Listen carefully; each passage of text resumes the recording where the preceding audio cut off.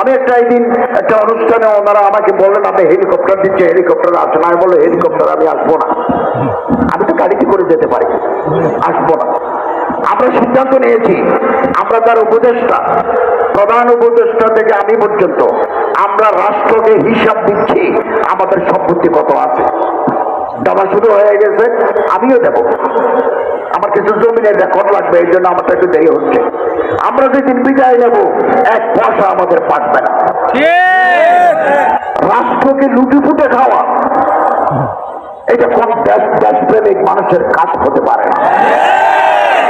আমরা এটাই দৃষ্টান্ত স্থাপন করতে চাই যে আমরা রাষ্ট্রের টাকা চুরি করব না, দুর্নীতি করব না।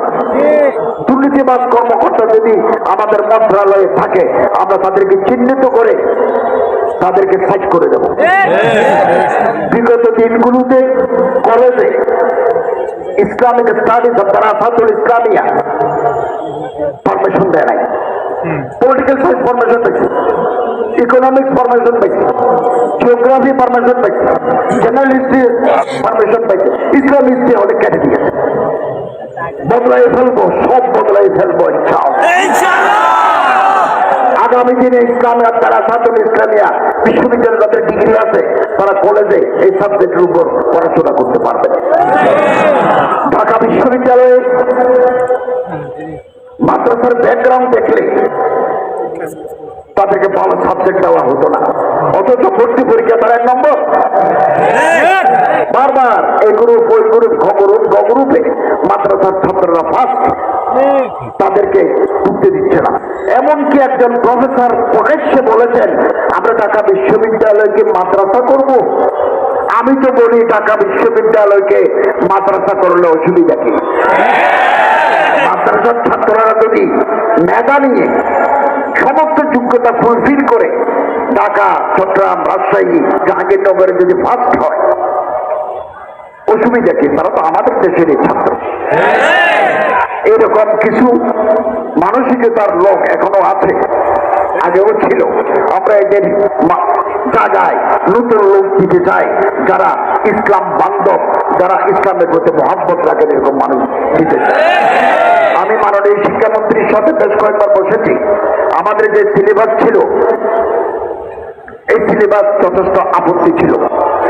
2012 সালকে কেন্দ্র করে আপাতত আমাদের বই ছাপতে হবে, জানুয়ারি 1 তারিখ বই দিতে হবে। আমাদের হাতে সময় কম, 3 মাস সময় আছে। ক্লাস 1 থেকে 10 পর্যন্ত আমাদের বই দিতে হবে। তো 2012 সালকে কেন্দ্র করে আমরা সিলেবাসকে কিছুটা সাজিয়েছি। ওখানে মাদ্রাসার শিক্ষার ভিতরে যে ঢোল ছিল, ঢোল তবলা এগুলো থাকবে না। 2025 সালে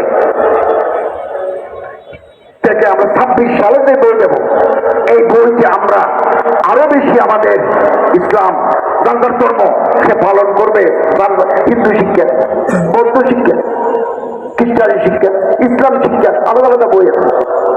যার লাইনে সে বইগুলো করবে এবং এদেশের ঐতিহ্য, এই দেশের মূল্যবোধ, এদেশের সংস্কৃতিকে প্রাধান্য দিতে হবে।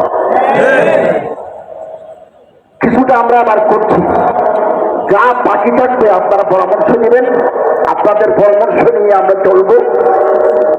আগামী 2026 সালের যে পাঠ্যক্রম স্কুলে কলেজে দেওয়া হবে সেটা আমরা আরো আমূল পরিবর্তন করবো ইনশাআল্লাহ।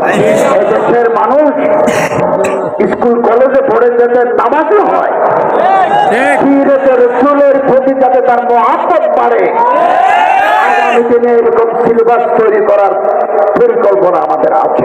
তবে সেটা ধাপে ধাপে যেতে হবে, আমরা একদিনে চাইলে আমরা পারবো না। কালকে শিক্ষামন্ত্রীর সাথে আমরা বৈঠক করেছি, উনি বললেন এখন আর নতুন কিছু ঢুকানো যাবে না, আমরা প্রেসে দিতে হবে। এটা অন্তর্বর্তীকালীন সরকারের মতো একটা সিলেবাস হবে, অন্তর্বর্তীকালীন সিলেবাস।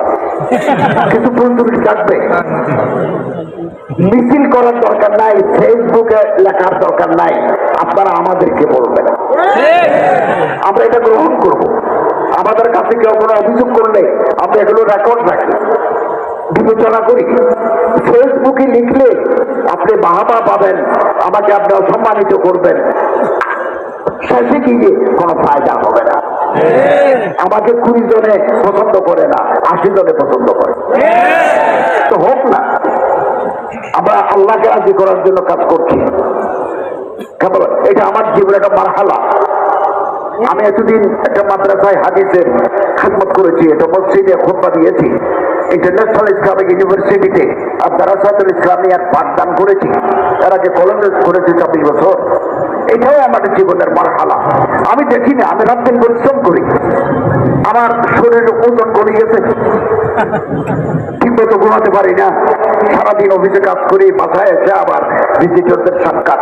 আমি মনে করি এটা মারহালা, এটা একটা দায়িত্ব আমি পালন করছি। আমি মাদ্রাসার ছাত্রদেরকে বলবো, আপনারা তৈরি হন,